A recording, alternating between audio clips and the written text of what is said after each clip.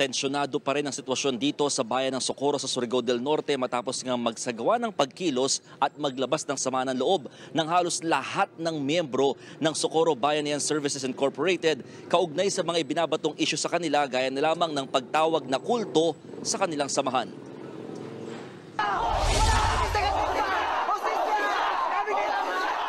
Galit at emosyonal na humihingi ng patas na investigasyon ng mga miyembro ng Socorro Bayanihan Services Incorporated kasama ang kanilang leader na si J. Renz Kilario o mas kilala bilang Senior Aguila. Tinuturuan ba kayo ng pumatay ng tao? Tinuturuan ba kayo ng sumuway sa mga magulang? Ang ilang magulang, isinama pa kanilang mga minor de edad na anak.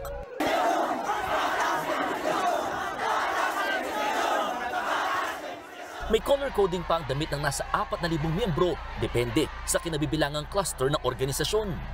Ilang araw bago ang pagharap sa Senado, sumugod dito sa tuktok ng bundok ang mga miyembro ng SBSI para manawagan ng hustisya sa mangyayaring investigasyon.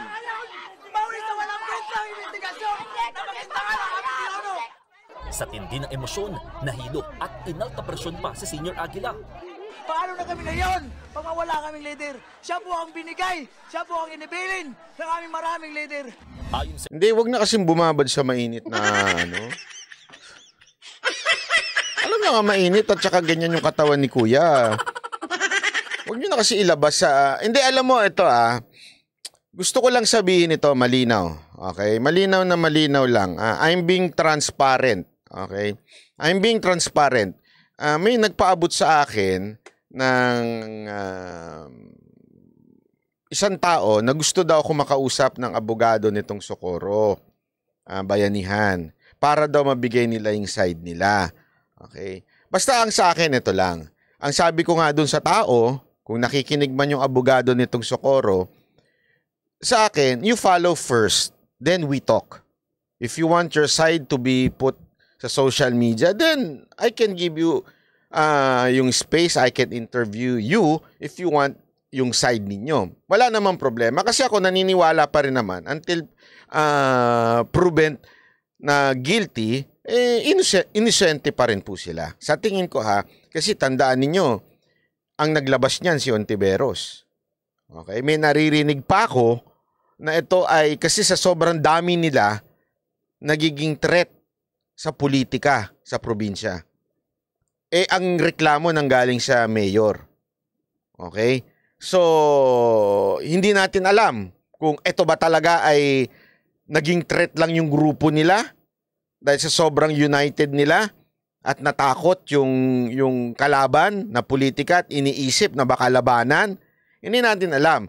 If this is just politics, remember, I don't trust, especially pag nagkomento na si Remulla. Alam naman natin si Remulla namumulitika diba? Alam naman ho natin yan. Ako, I really don't trust this person. Pag nagkomento si Remulla, kinomentohan niya kagad ito. Tapos at the same time, nirereklamo nga nila, wala namang pumuntang NBI. Para ang merong pumunta, mga pulis. At sabi naman ng mga pulis, pinanood ko sa dalawang sa dalawang channel, sa TV5 at saka sa GMA.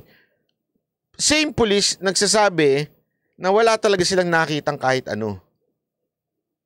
So, I give the benefit of the doubt dito sa grupo na ito. Ito sa Socorro na ito.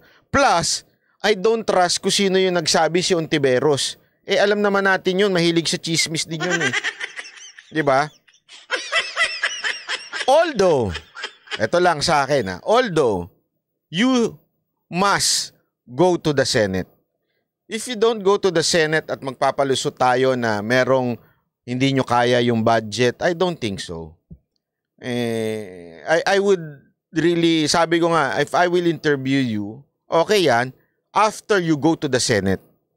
If you do not go to the process ng ating Senado, medyo doon pa lang, makikitaan ko na kagad ng sablay ninyo. Diba? Bakit ayaw nyo sumunod sa Senado?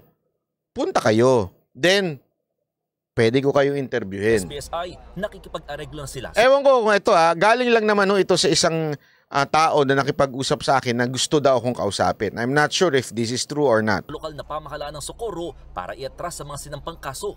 Pero sabi ng LGU, huli na lalo't umabot na sa Senado ang usapin. Pakiusap naman ng grupo, sa Sitio Kapihan sa Socorro na lamang daw gawin ang nilulutong investigasyon ng Senado imbes na sa Maynila. Doon ako disagree. Sana, wag yung utusan ng Senado pumunta dyan. Kasi pera na naman ng taong bayan ng pang eroplano ng mga senador. Di ba? Wag naman ho. Kayo ho ang pumunta. Pumunta ho kayo sa Senado, ayan ay katungkulan ninyo bilang mamamayang Pilipino at kailangan kayo sumunod. Kulang kami talaga sa pondo kasi simple yung lang kami dito, kulang kami sa pera, wala kaming pera. Ininspeksyon na rin ng Provincial Police Office ang ilang bahagi ng Sitio Kapihan. Mula sa ilang bahay, chinek din nila ang quadrangle kung saan nagsasanay umanong ilang miyembro ng SBSI na parang sa militar. Maging ang tinatawag na foxhole o pinupwestuhan umano ng mga bantay sa Kapihan para raw walang makatakas sa sitio. Maging ang mga itinayong classrooms hanggang sa gawa nila ng props para sa cultural performances kung saan nakapwesto ang isang replika ng tangke at ibang sasakyang panggera. Wala pong nakita natin ng mga baril, totoong baril, and mga replika lang po. Pinuntahan din ng mga pulis ang pantalan na sakop ng sitio na isa raw sa posibleng entry at exit. Ako kasi for now, I believe the authority, the police. Ako maniniwala ako sa police ngayon kung ano sinabi nila. Na medyo doon sa mas pinaniniwalaan ko ngayon ng pulis kaysa sa mga bataan ni Remulla. Kasi yung bataan ni Remulla kaysa ko ano sinasabi, hindi naman pala pinuntahan. Oh. Tapos ang nagsiwalat na kaya ang kulto daw kaagad si Ontiveros, di ba? Parang we'll see. I'm not saying hindi sila kulto I'm not saying kulto sila. I will reserve my judgment. Tingnan muna, humarap muna sila sa sa Senado. Humarap sila sa Senado, pati yung mga nagrereklamo humarap sa Senado.